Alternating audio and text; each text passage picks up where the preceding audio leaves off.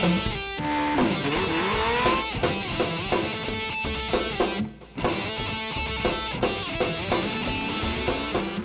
welcome back to the E-Type Revenge build, and today is the first day of actual spannering on the E-Type. What I've been doing is waiting for some panels to arrive. So I've now got inner and outer sills, and I've also got new floor pans for the car as well. So I wanted to start here to add some proper strength back into the car. Now, if you're not familiar with the build and what's going on with this is going to be the E-Type Revenge, and I'm putting a brand new F-Type R 2022 engine, running gear and all of the internals into this car. So this is going to really be brought up to the modern day. That's why it's going to have these massively wide arches and also huge wheels, and it's going to be brought right up to a brand new car specification. So today, first things first, I'm going to get all of the panels out. So I've been bailing them into the car here. I'm going to have a look around and strip out anything else that I can that isn't kind of important to the car, and then measure up to start fitting this inner sill.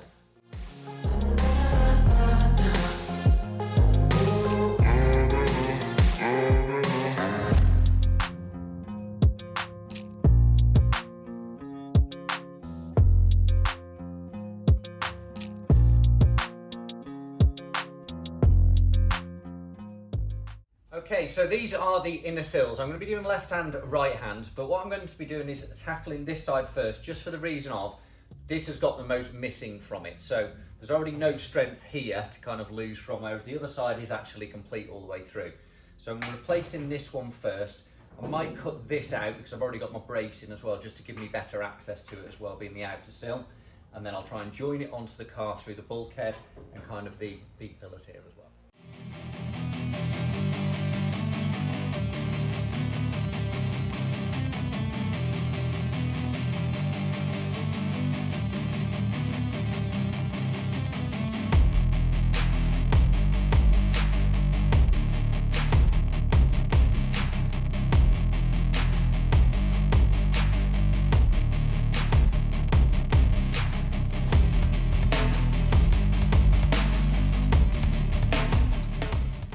Okay, so that is inner and outer sills cut out, and most of the floor kind of gave way at the same time as well.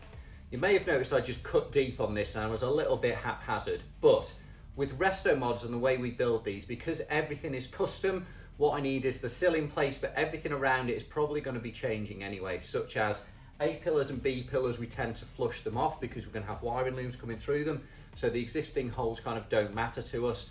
All I've got to do is get the sill in place. So with this side now gone, I'm going to take measurements from the other side because most of the shape and everything is still there, and get this mocked up and sat in place. I'll probably have to build up steel down the A pillars and B pillars to match it up, but from that, we'll have a sill back in.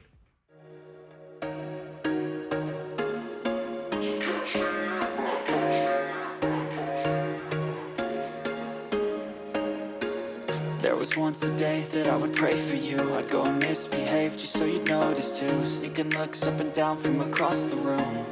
And damn, what a hell of a view. I feel good, you look great, I like you, I can't wait.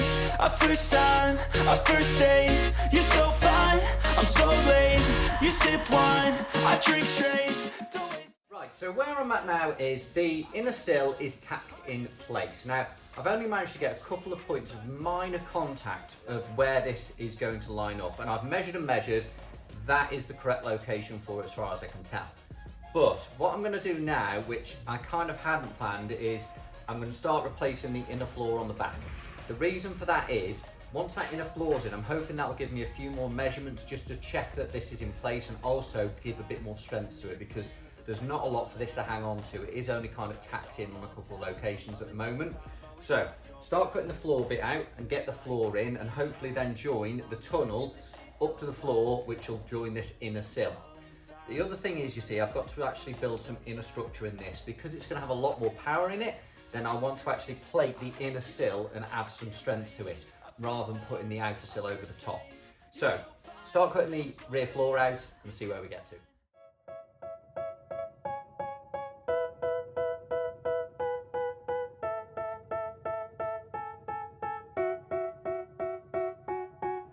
They tell me that I'm never gonna make it. They want me to do something that could make sense. They hate when I keep dreaming I'll be famous, but I don't give a I'ma keep chasing. I got all this potential that's deep inside of me, but they... Right then, so that is the outer sill tacked in. It is very lightly in here at the moment, but all the measurements are checking out so far. So I've kind of tacked it in on what metal is available at the front, and then it's tacked in on the back here as well. Now, there's not a lot of metal to join this on with, so I will have to start fabricating some panels to join onto it. But I have now got the floor in place. Now the floor I've had to cut out a large section of.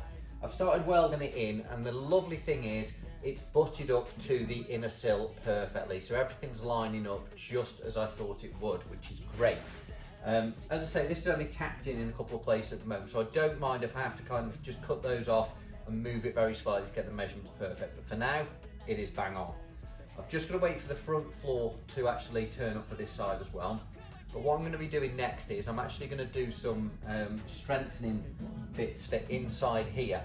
Now, the Jaguar original panels has a kind of brace here, almost like a torque box, and then it's got one at the front as well.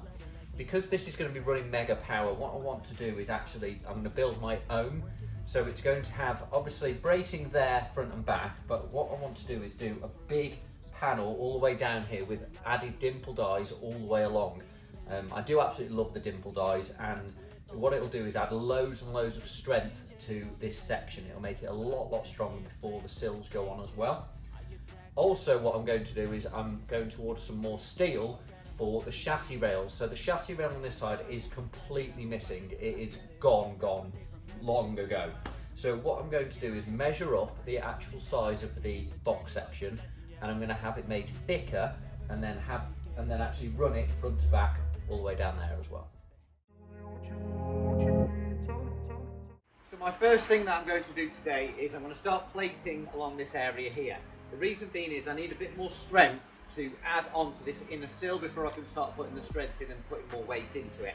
So I'm going to start to repair along here, but then I'm going to repair down here and onto the side of the inner sill as well.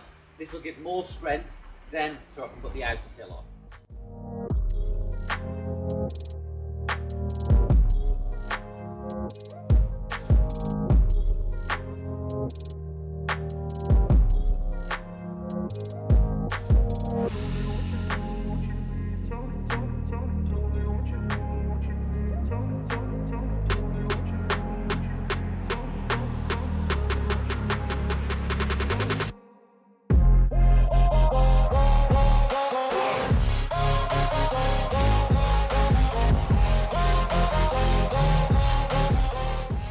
Okay, so this is my new toy in the workshop. Now, this does a kind of 3-in-1. It will roll sheet metal, it will guillotine cut it, and it will also put a direct bend in, like a 90-degree bend, which is really helpful. I've wanted one of these for ages, but my welding table is absolutely brilliant. I've always sat here just with clutter on it. So now is the time to really get fabricating and use it. So big strong table, and we're going to have a go with this for the very first time.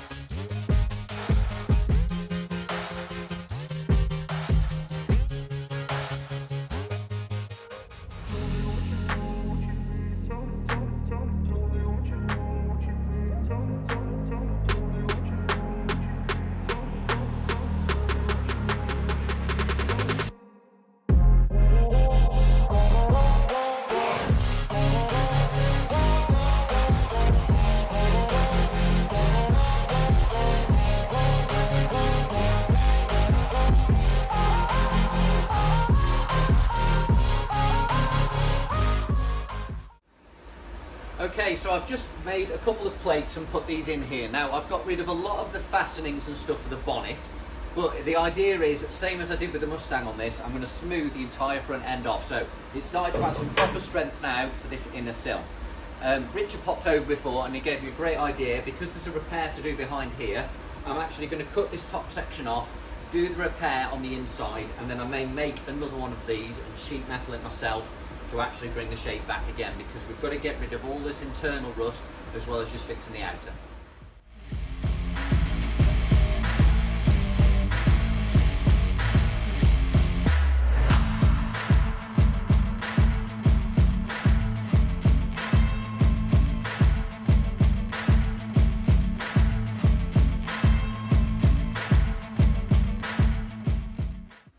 Okay, so I have now cut off the entire side of the bulkhead. Now, I did start putting this back down as Richard advised me to do.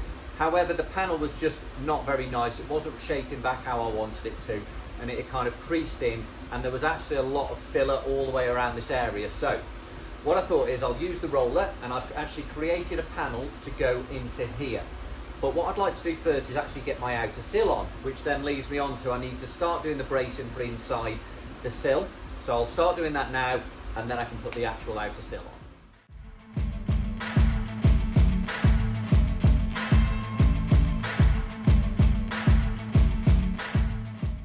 Okay, so those are my bracing girders, which are going inside the sills. Now, normally they just have a brace here, and also one just behind the B pillar as well, so they've got kind of two underneath. The reason I've done it like this is there's space there for it, and with all of the extra power that this car is going to be running with 600 plus horsepower, I want the extra strength in these sills. The space is there, may as well use it. So, I've got these girders welded in, front and back. They're all powder coated as well. Don't worry about the blue, but it's just for rust prevention at the moment. And now I'm going to weld the outer sill on, and that is this side done with the sills.